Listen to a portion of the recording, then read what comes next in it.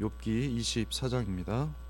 성도님, 오늘 24장 말씀은 이 엘리바스의 규범적인 지혜에 반박하는 점에서 어제 말씀 욥기 23장과의 연속성을 갖고 있습니다.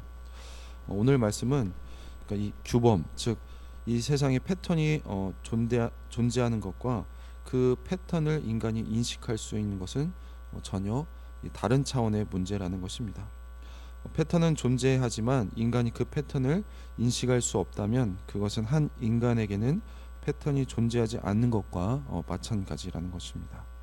이 전도서에 따르면 모든 일은 하나님께서 정하신 때가 있고 그리고 그 때에 따라 모든 일이 발생합니다. 그러나 유한한 인간은 그 일이 언제 일어나고 언제 끝나는지 알 수가 없습니다. 그래서 욥기의 이런 반성적인 지혜는 언제 어떤 일이 벌어진지 알 수 없을 때 무엇이 지혜인가라는 문제를 다루고 있습니다. 오늘 말씀은 크게 세 단락으로 나눌 수 있는데요. 먼저 첫 번째 단락 1절은 규범적 지혜자들에 대한 반론입니다. 그리고 두 번째 단락은 2절부터 24절까지 말씀인데 악하고 불의한 현실에 대해서 말을 하고 있습니다. 마지막 25절은 바로 이 규범, 이 패턴의 불확실성에 대해서 말을 하고 있습니다. 1절을 보시면 어찌하여 전능자는 때를 정해놓지 아니하셨는고 그를 아는 자들이 그의 날을 보지 못하는고 말을 하고 있습니다. 그래서 1절 상반절에 나오는 이 때를 정해놓지 아니하셨는고를 직역을 하면은 왜 시간들이 전능자로부터 감추어지지 않는가입니다. 그래서 이것을 해석할 때 이것이 하나님의 시기들이 감추어졌다라는 만약에 의미라면 1절은 이렇게 번역할 수 있습니다. 하나님께서 그 자신이 정하신 시기를 사람들에게 알려주지 않으셨기 때문에 하나님의 규범을 안다고 하는 자들마저 그 시기를 알지 못한다라는 뜻으로 이해할 수 있습니다. 반면에 그 시기들이 감추어지지 않는다라는 의미로 번역이 된다면 하나님을 아는 자들의 주장에 따르면 하나님께서 자신이 정하신 시기, 그러니까 규범이나 패턴을 알려주신다는데 왜 사람들이 자신이 죽을 날도 미리 예측하지 못하는가 정도로 우리가 이해할 수 있습니다. 아무튼 상반절의 의미가 정확히 무엇이든 간에 욥이 말하고자 하는 핵심은 패턴을 안다고 말하고 그리고 하나님께서 패턴을 알려주신다고 믿는 이 규범적인 지혜자들조차 언제 무슨 일이 벌어지는지 항상 예측할 수 없다는 것을 지금 지적을 하고 있는 것입니다.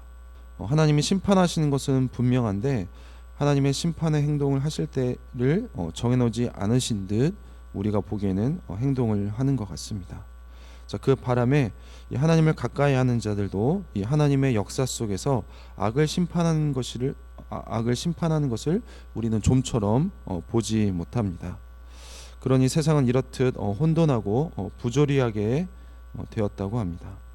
이것은 하나님을 원망하는 말이기보다는 있는 그대로의 실상을 오늘 말씀에서 계속 언급을 할 것입니다. 억울하게 이유를 모른 채 고난당하는 이들에게 이 심판의 날을 알 수 있다면 큰 위안이 될 것이고 그리고 고난의 끝을 알 수 있다면 우리는 더 잘 인내할 수 있을 것입니다. 하지만 욥의 괴로움은 그날에 그러니까 하나님의 심판에 대한 확신은 있지만 그날이 언제인지 모른 데에 있는 것입니다. 다음 단락 2절부터 24절인데 먼저 2절부터 4절을 보시면 어떤 사람은 땅의 경계표를 옮기며 양떼를 빼앗아 기르며 고아의 나귀를 몰아가며 과부의 소를 볼모 잡으며 가난한 자를 길에서 몰아내느니 세상에서 학대받는 자가 다 스스로 숨는구나. 2절부터 24절까지 욥은 이 악인들과 그들의 결말 그리고 하나님의 개입에 대해서 언급을 하고 있습니다. 그런데 이것은 욥의 친구들의 말의 대부분을 차지하는 주제들이었습니다. 욥이 이 주제를 다루는데 가장 두드러지는 특징은 이 악인들과 그리고 그들의 부당한 행위를 고발하면서도 악이나 아니면 이 무지라는 어휘를 사용하지 않는다는 것입니다. 욥은 이런 사람들이 있다는 그냥 이 현실을 그냥 서술하고 있습니다. 이 악한 행위를 하는 사람들이 정확히 누구인지 어떤 사람인지 그리고 무엇이 그들로 하여금 그런 악한 행위들을 하게 만들었는지 그리고 그런 악인들의 결말은 어떠한지를 설명하는 데 있어서 이 욥의 친구들만큼의 그 관심은 보이지 않습니다. 욥이 목도한 이 불의한 현실은 이렇습니다. 2절에 나온 것처럼 사람들은 땅의 경계선을 자기 마음대로 바꿔서 남의 땅을 빼앗기도 하고 그 경계를 변경하여서 그 땅 안에 있던 양떼를 자기의 소유로 착복하기도 합니다. 3절에서 고아와 갑으로 상징되는 가장 가난한 사람들의 소유조차도 빼앗는 사람들이 있습니다. 특별히 4절에서 가난한 자들을 학대당해서 길거리에서 쫓겨난다고 말합니다. 그래서 학대받은 자들은 다 스스로 숨는구나 라는 말은 원문에서는 이 훗배우 스스로 숨는구나가 수동의 의미가 강합니다. 그래서 사실은 스스로 숨는 것이 아니라 빼앗고 이 학대하는 자들에 의해서 거리에서 사라짐을 당한 것입니다. 5절부터 12절 말씀인데요. 5절에서는 거리에서 쫓겨난 이들은 거친 광야와 이 빈들, 즉 먹을 것을 구하기 어려워서 사람들이 살 수 없는 땅에서 먹거리를 구해야만 하는 처지에 이릅니다. 6절에서는 이 가난한 사람들은 남의 것 혹은 동물이나 먹는 사료를 훔쳐 먹거나 땅에 떨어져 상태가 나쁜 포도를 주워 먹을 수밖에 없습니다. 그래서 이들은 추운 밤에도 입을 옷 하나 없이 벌거벗은 채 잠을 자야 하는 것이 현실입니다. 심지어 8절에서 비가 오면 겨우 바위 틈에서나 비를 피하려고 하지만 그들의 몸은 이미 흠뻑 젖어 있습니다. 9절에서 사람들은 아이를 어머니 품에서 빼앗아 고아로 만들거나 혹은 고아를 비롯한 가난한 자들의 것마저 폭력으로 착취하는 것이 현실입니다. 10절에서 이렇게 하나 남은 것마저 빼앗긴 사람들은 옷이 없어 벌거벗은 채 다닙니다. 그들은 밭과 포도원을 소유한 사람들을 위해서 일하는 노동자가 됩니다. 그들이 운반한 곡식은 풍성하지만 그들이 먹을 수 있는 것은 아닙니다. 11절에서 그들이 짜내는 기름과 포도주들을 그들이 먹고 마실 수 있는 것은 아닙니다. 이들이 먹거리가 없어서 먹지 못하는 것이 아니라 그들의 소유가 아니기 때문에 배고프고 목마른 것입니다. 12절에서는 사람들이 가득한 도시에 이 고통이 허덕이는 자들이 아무리 도와달라고 외쳐도 아무도 그들을 도와주지 않습니다. 심지어 하나님마저 그들에게 관심을 보이지 않는 것처럼 보입니다. 혹은 그들의 기도를 들으시지 않는 것 같습니다. 13절에서는 빛을 싫어하고 밝은 것을 좋아하지 않는 사람들도 있습니다. 자, 이때 욥의 이 말을 할 때 빛은 좋은 것이고 어둠은 나쁜 것이라는 이 가치 판단을 욥은 개입시키지 않고 있습니다. 사람들은 빛이 있는 낮에도 악을 저지르고 빛이 없는 밤에도 악을 저지릅니다. 14절에 살인자들은 이 밝은 때에도 사람을 죽이고 그것도 가난하고 학대받는 불쌍한 사람들을 죽입니다. 심지어 어두워지면 도둑질하거나 15절에서는 간음까지도 저지릅니다. 16절과 17절에서는 도둑질하느라 밤에 활동하는 자들은 낮에는 집에 틀어박혀 잠을 자고 있습니다. 자, 그들에게는 낮이 곧 밤이고 빛이 곧 어둠이라는 현실을 말하고 있는 것입니다. 인들이 득세하고 있는 현실을 고발하고 있습니다. 욥은 지금 부조리한 현실을 그대로 토로하고 있습니다. 이 약한 자가 속절없이 강한 자에게 당하는 현실을 지금 애누리 없이 다루고 있습니다. 악한 자들에게 학대받는 약자들의 비참한 삶을 진술하고 있습니다. 자, 이렇게 고난을 받는 것은 욥만은 아니었던 것 같습니다. 그들이 악인이기 때문에 고난을 받는 것이 아니라 오히려 악인들 때문에 고난을 받는 이들이 더 많다는 것입니다. 자, 그들이 모두 악의 결과로 부당하게 고난을 받는다는 것인가? 그 친구들의 주장이죠. 그것이 아니라는 것입니다. 자, 악인들이 부당하게 부를 착취하고 권력을 남용하고 그리고 하나님을 두려워하지 않기 때문에 오히려 고난당하는 이들이 더 많다는 것입니다.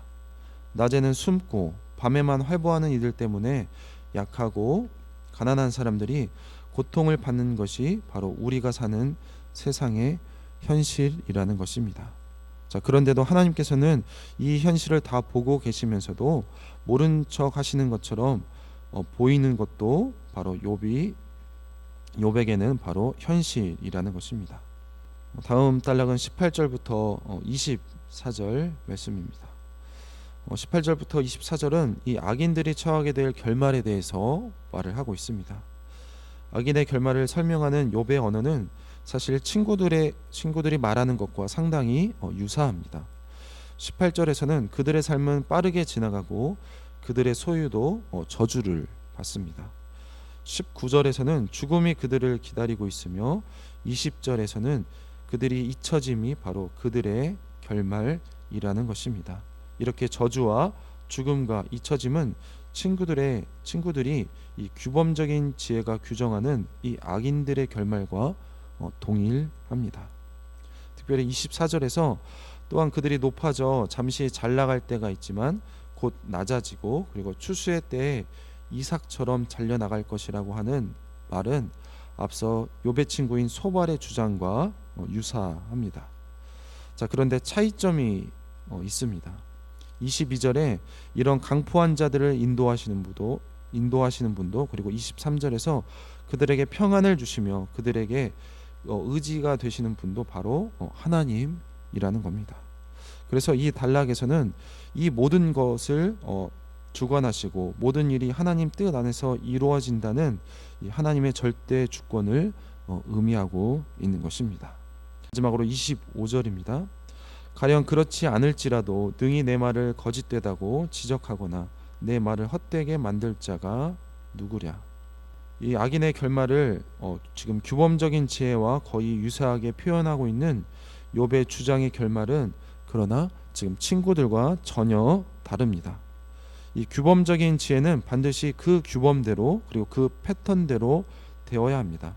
그러나 욥은 악인의 결말이 반드시 그렇게 되지 않을 수도 있다는 점을 지금 주목하고 있습니다. 그것이 현실이죠. 가령 그렇지 않을지라도가 바로 욥의 주장의 핵심입니다. 악인들의 결말이 이럴 수 있지만 혹은 그리고 이렇게 되기를 바라고 꼭 그렇게 되면 좋겠지만 그렇게 안 될 수도 있다는 것입니다. 살고 있는 현실에서 그렇게 되지 않는다는 것이죠. 규범, 그러니까 패턴은 한치의 오차도 없이 작동하는 이 기계적인 법칙이 아니라는 겁니다. 이 패턴에 따라 현실이 흘러가지 않아도 그 현실이 잘못되었거나 현실이 허상이라고 말할 수 없다는 것입니다. 현실은 현실이라는 것입니다. 우리가 살고 있는 자연 세계와 인간의 삶에 어떤 규범이나 패턴이 없다는 것이 아닙니다. 그러나 동시에 그 규범과 패턴에는 우리가 볼 때에는 항상 예외가 있다는 것입니다. 그렇지만 이러한 현실에도 욥은 절망하지 않습니다. 비록 지금은 악인들이 그 실체를 드러내지 않으며 밤의 재앙으로 군림하고 있지만 반드시 그들에게 빛의 하나님께서 그 진상을 낱낱이 드러내실 때가 올 것이라고 욥은 믿고 있기 때문입니다. 이삭이 잘리듯이 그 번영과 평안도 끝날 것이며 하나님의 능력으로 강포한 자들을 끌어내리신다는 것입니다. 그들에게도 죽음이 오고 파멸이 오고 그리고 그들이 사람들의 기억 속에서 지워지고 만다는 것입니다. 악인들의 번성은 하나님께서 잠깐 그들에게 기회를 주시는 바로 긍휼의 시간이라는 것입니다. 설령 악인들의 심판이 신속하게 이루어지지 않는다고 해도 하나님이 심판자라는 사실만은 변함이 없다고 지금 욥은 고백하고 있습니다. 자, 이 땅에 악인이 속히 사라지고 저주를 받았으면 좋겠다고 욥은 고백을 하고 있습니다. 하나님께서 강포한 자들에게 안정적인 삶을 허락하시는 것 같지만 조만간 그들을 끌어내시고 그리고 심판하기를 욥은 소망하고 있습니다. 그것은 욥의 소망입니다. 그러나 이 소망이 있기 때문에 이 현실이 그리고 이 세상이 악할지라도 욥은 믿음으로 살아갈 수 있는 것입니다. 성도 여러분, 이게 바로 욥이 말하는 현실이며 그리고 우리가 말하는 현실 속의 삶입니다. 하지만 소망이 있는 것은 그러한 현실 속에서도 하나님은 여전히 우리와 함께 그리고 동행해 주신다는 것입니다. 그리고 하나님께서 우리에게 기대하는 것은 우리를 통해서 하나님의 사랑과 하나님의 긍휼이 드러나기를 하나님께서는 바라신다는 것입니다. 이렇게 오늘 말씀을 통해서 이런 암담한 현실 속에서도 성도로서 우리는 소망을 가지고 하나님의 사랑을 전하는 삶을 살아가는 우리 모든 성도님들이 되시길 주님의 이름으로 축원합니다. 기도하겠습니다. 하나님 감사합니다. 오늘 말씀 통하여서 욥이 말하는 현실을 그대로 고발을 하였습니다. 하나님, 그들이 고난을 당하고 고통을 당하는 것은 그들이 악한 행동을 했기 때문에 고난 당한 것이 아니라 오히려 현실 속에서는 이 악한 자들 때문에 그들이 오히려 악한 자들이 고난받고 고통당하는 현실을 고발을 하였습니다. 하나님, 우리 현실 속의 삶도 마찬가지입니다. 오히려 선하게 살고 이 약한 자들, 가난한 자들이 오히려 이 악한 자들에 의해서 오히려 핍박받고 고난 당하는 것이 현실입니다. 마치 하나님이 보고 계시지 않는 것처럼, 마치 하나님이 침묵하는 것처럼 현실은 흘러가고 있지만 하나님, 그럼에도 욥은 소망을 가지는 것이 결국에는 그 악인들도 심판을 당할 때가 반드시 온다는 것입니다. 우리가 살아가고 있는 동안에, 그리고 우리가 눈으로 보고 있는 동안에 그 심판이 당장 일어나지 않을지라도 반드시 심판이 있을 것이고 하나님께서 이 세상을 주관하신다는 것은 욥이 믿고 있습니다. 그러한 믿음과 소망을 가지고 살아가는 욥이 인내를 가지고 살아가는 것처럼 하나님, 우리 성도님들도 오늘날 이러한 현실 속에서 소망과 인내와 그리고 믿음을 가지고 이 고난과 고통의 때에 하나님의 성도로서, 하나님의 자녀로서 살아갈 수 있도록 우리에게 은혜를 베풀어 주시옵소서. 그리고 그 소망 가운데 살아갈 때 하나님, 많은 사람들이 우리를 보고 하나님의 살아계심과 하나님의 사랑을 느끼고 받을 수 있도록 우리에게 믿음과 그리고 인내와 지혜 허락하여 주시옵소서. 감사드리며 예수님의 이름으로 기도했습니다. 아멘.